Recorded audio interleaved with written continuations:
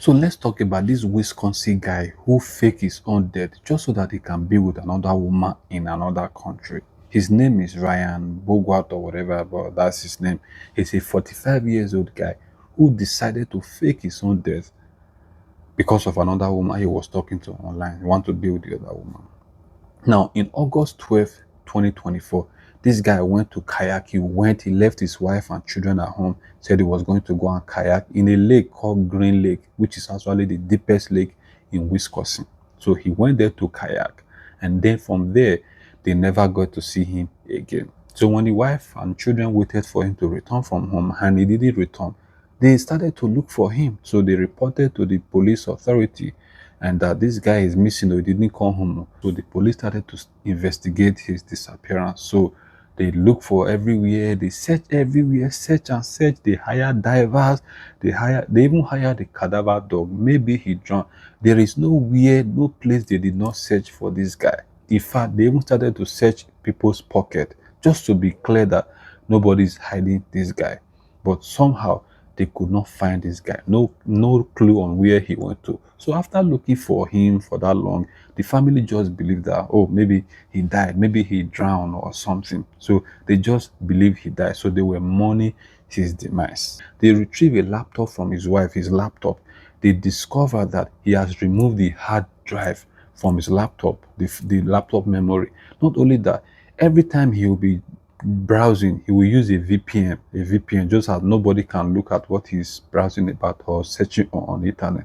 But then they now found out that this guy has been researching and planning on how to escape, how to be able to disappear, no traces. It's like a thief researching on how to be a thief and still please God at the same time. They now further found out that this guy, the Canadian authority, border authority, has checked this guy passport. They were not able to get in touch with this guy. So they got in touch with this guy, and this guy now started narrating how he planned his own escape. Now, this is where the story even started. They now called the wife and say, oh, your husband is alive, or he's living the life somewhere else. In fact, he's on top of a woman right now, living hale and hearty, nothing doing. He didn't drown, he didn't die, he's hale and hearty and alive. So this guy was actually living, he was not dead, but his intent was to fake his own death and disappear with no traces. On that particular day, on the 12th of August 2024, he went for kayaking. You know your normal kayaking now. So he took a boat and was kayaking. Then he took a boat and paddled his boat to the middle of the Green Lake, which is actually the deepest lake there. He took his boat to the middle of the Green Lake and then overturned the boat, that is, drowned his own boat as if he capsized or something. He overturned his own boat and then took an inflatable, like a balloon, just to take him to the offshore. He was able to go across the offshore with the help of the balloon that he took along with him after overturning his boat. Then from there, he now rode an electric bike. He rode an electric bike for 7 hours to mile this scene in Wisconsin. Then from there, he took bus, rode overnight to Chicago. All of this wahala just to be with a woman he has been talking to online. Not only that, he didn't stop there. He from Chicago crossed into Canada.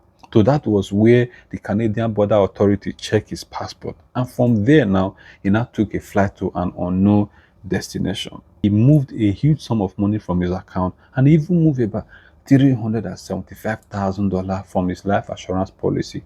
All of this for another woman that she have never seen before. Like, what kind of magic toto does this woman have to offer that he would do all of these things to escape from his wife and children in Wisconsin?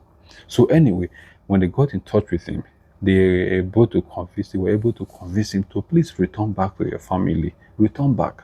And then, even though they did not extradite this guy, but he later by himself came back in December of that same year, 2024. He came back and then they charged him to court for an intent to mislead the police to think that he is dead when he's actually not dead. That is faking his own death. So, and initially they gave him 45 days in jail, in the county jail. But the judge now look at the whole scene. No. What you have done is beyond human imagination.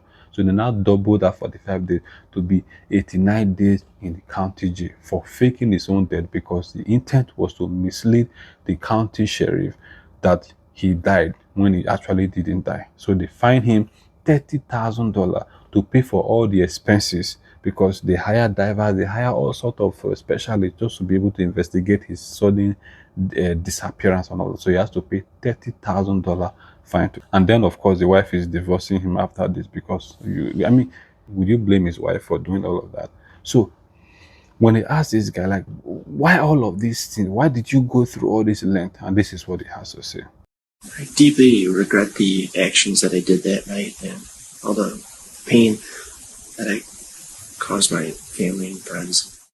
So now I want to ask my people, what would prompt this guy to leave his wife and children at home and move money from his bank account, send money to a foreign account, move money to a foreign account, and then pass through all this ordeal from the lake to riding back to taking bus to crossing border to flying, all of this long journey and ordeal.